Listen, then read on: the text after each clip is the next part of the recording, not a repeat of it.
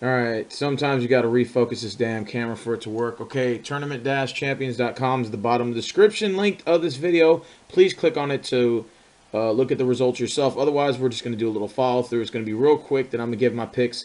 Week 6 results for the NFL tournament. 16 is out. A lot of people did bad. Only a couple people did good. I think 10 people went 11 wins or more, which is not bad. So let's just go ahead and read through everything, and then we'll go ahead and go through the Week 7 picks. So in Division 1, Corey Pollard, 61 wins. Pistol in the 2-1 third. He actually did pretty good. He went 12-2 on his picks this week, so give him a shout-out. 12-3, actually. 59 wins for Pistol. Adrian McLeod, 56. Myself, 55. Raymond Joseph, 51. Matt Ogden, 50. And Micah Sims, 49. Division 2, you got Billy Bob at 56 wins. Kyle Del Soto at 53. Ferris Muhammad, 51. Eagle Speed and A-Bomb at 50. And Frank Rodriguez at 41. Again, if TTC Savior, if you're listening, you can come back and do your picks. Just, make sure that you let me know what's going on. If you don't want to come back, it's your decision. Division 3, Nick Fargo, 54 wins. Steven Stroling and Nitro Freak at 53. So you got 3 guys battling out for first place right now in that division. Kaufman at 51, A-Train at 49, Roby at 48, and Dylan at 45. Division 4, tight nip race. Preston and Kingbird at 56 wins. Trent Kirk's not that far behind at 55. Trevon at 46, Megatron at 44, quarterback Willie at 42. Division 5, you got Troy at 55 wins, Jose at 54, Ruben at 52, John Alves and Zane at 51, Alton at 49, and Chad at 48. So hold on, sorry about that. I got to scroll here. Okay, now you got Division 6 here. You got Kev's Point of View and Phil C. Cabert at 54 wins apiece. Weston at 53, Jay Evans at 52, Mitchell at 51, and Walter at 50. All right, Division 7, you got Jay Patel, 60 wins for the year. TB7, 55 wins. CBG, 52. SoCal Rams, 51. Gabriel, an Eagles fan for life, 49 wins. If Aries Hunt, if you're watching this video, you're welcome to come back. Just let me know what's going on with you. If I don't hear from you, I guess that means you're out. Division 8, you got D-Town at 57 wins. Drew Mendel at 53. His brother, Cool Kid, at 52. Kendall at 52. Byron and T-Money at 51. And Bob Keller is at 41 wins at the bottom of the basement. Division 9, you got Morgan at 59. D. Corbett at 58 wins. Saint Swag at 56. Shane at 55, Stario at 54, Curtis at 53, and James Linquist, the defending champion, at 50 wins.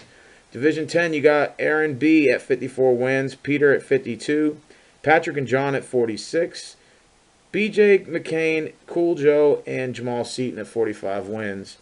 Division 11, you got Cameron at 57, Shen at 56, Dante and Jay Cord at 55, Justin Kelman, Solis at 53, and Rodney at 48. Division 12, you got Everett and Rodman tied at 54. Ben P, 53. Noel, 51. Thanasis, 47 wins. Redfield, 45. And Melantis, 44. All right, so we're in Division 13 now. You got Xenon and Pedro at 52 wins. Donald's Heroes, Ron and Austin Welch at 50. Mario at 49. Luke Ott at 45. I actually like this division. From first to last is only 7-game separation. From first to 6 is only 3. That's actually not that bad. Division 14, you got Julius at 54, Felicio, Jojo Tannehill at 52, Golden at 49. You got Micah Pogue, Adrian Davis at 48, and Andrew at 46. Division 15, you got Raymond at 53, Michael Kuntz 52, Paul Randall Lott at 49 wins, Uncle Nasty at 48, Farmer at 48, Tim Beam at 47. Division 16, you got Michael List with first place in the tournament. Congratulations at 62 wins. Berger at 56, Joby 55, Tyler and Robert at 54, J-Love at 51, and Nate at 50. Division 17, you got Monty at 55 wins, JoJo at 54, Bruce at 53, Dustin and Aaron at 48, Eddie at 42, and Jacob at 39. Division 18, you got Lewis, first place, 57 wins. Trevor at 55, Village Boy at 55, Crazy Dog, and New York Giants fan at 54 wins. Desert Desert at 52 wins. All right, so now you got Division 19. You got Seahawks 5568 at 56 wins. Main Attraction and Justin O. And Kenneth at 54. Fernando at 51. And Ronnie at 47. Division 20, you got Big Bear and Elijah tied at 55 wins. You got Still Jackson at 51, Joseph Tinney at 49, and Oscar at 47. Division 21, you got Seth B at 54, Roy at 53, New York Joe and Green Bay Chris at 45, and Dan the Man at 42. Division 22, you got Bailey at 56 wins, Faye and Adriana, Tanya, and Ashley Foster all at 53 wins, and Marquet at 50. And last but not least, Division 23, you got Nancy at 60 wins, Vanessa at 58, Ashley V at 54, Shirley and Carmen at 49, and Kristen at 44. And that's Week 7 picks. Links at the bottom of the description for you guys to check it out. All right, guys, so we're here. So Week 7, it's beginning October 20th, October 23rd. And it's going to be yours truly giving the picks. No music for this one. I just want to get through my picks and get them over with. So we're going to start with Thursday's game. It's Thursday, October 20th. It's going to be partly cloudy, 56 high, low 37.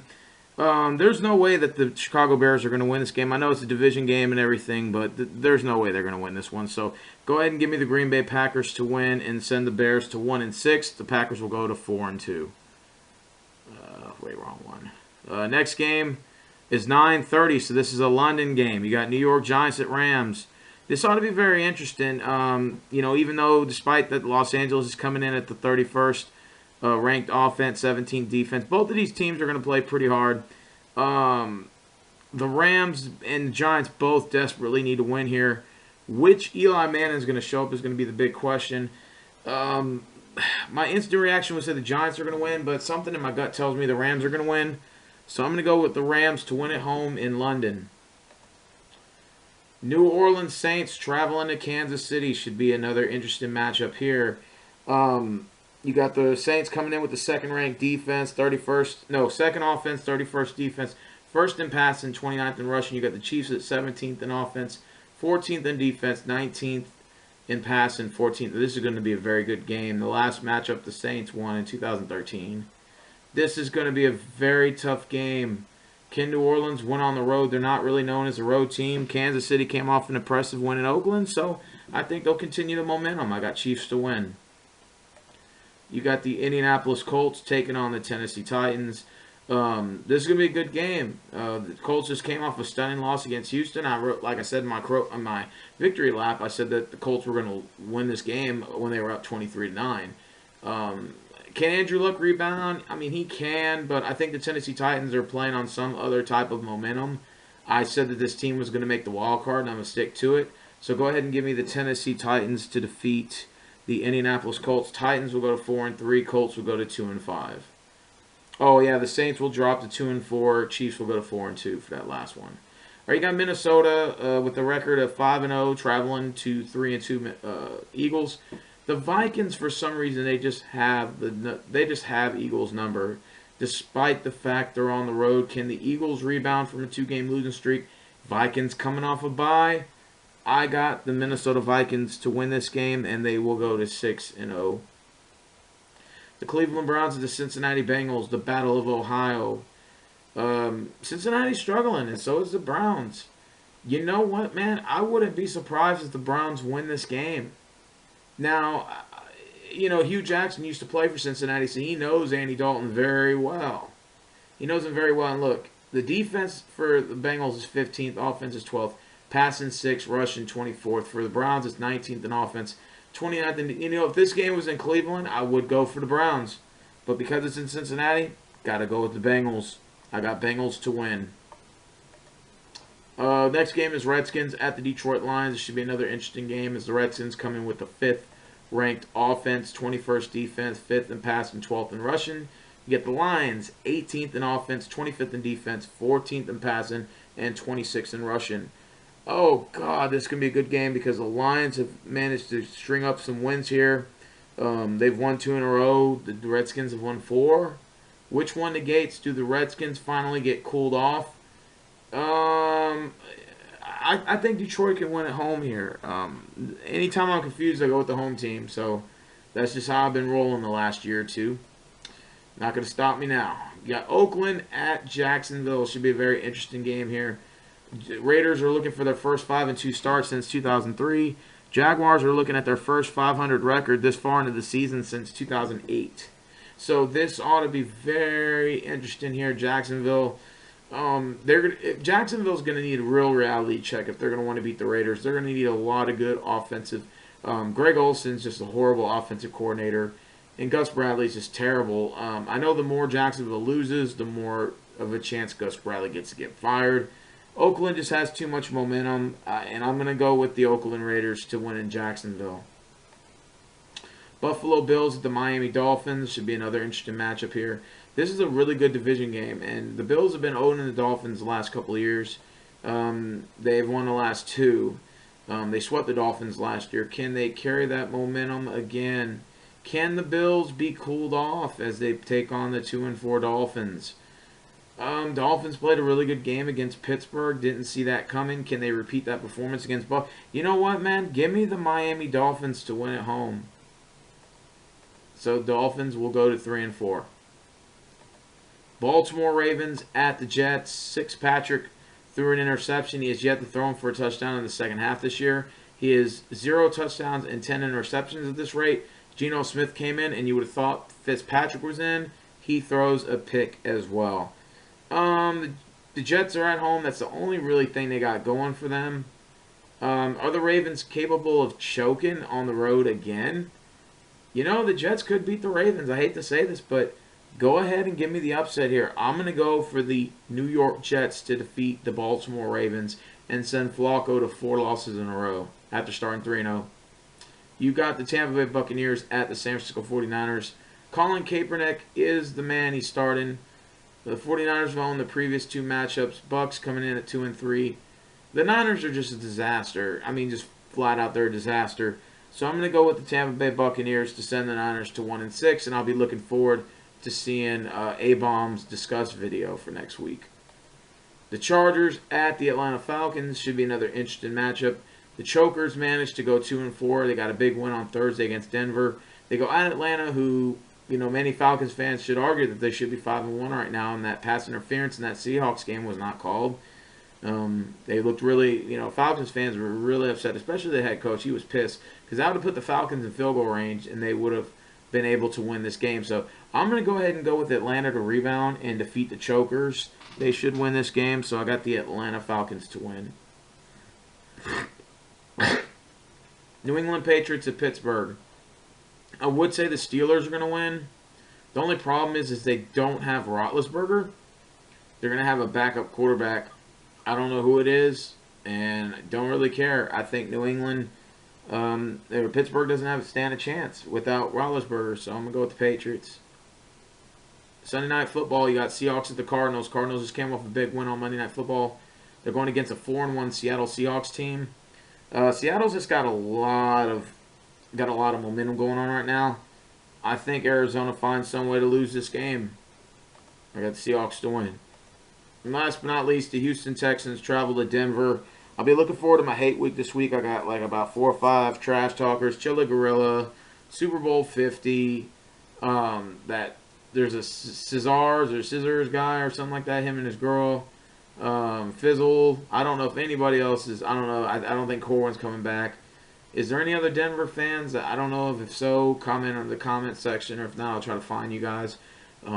Before my hate week. I'll probably drop my hate week like probably either tomorrow or Wednesday. This is going to be a very good game.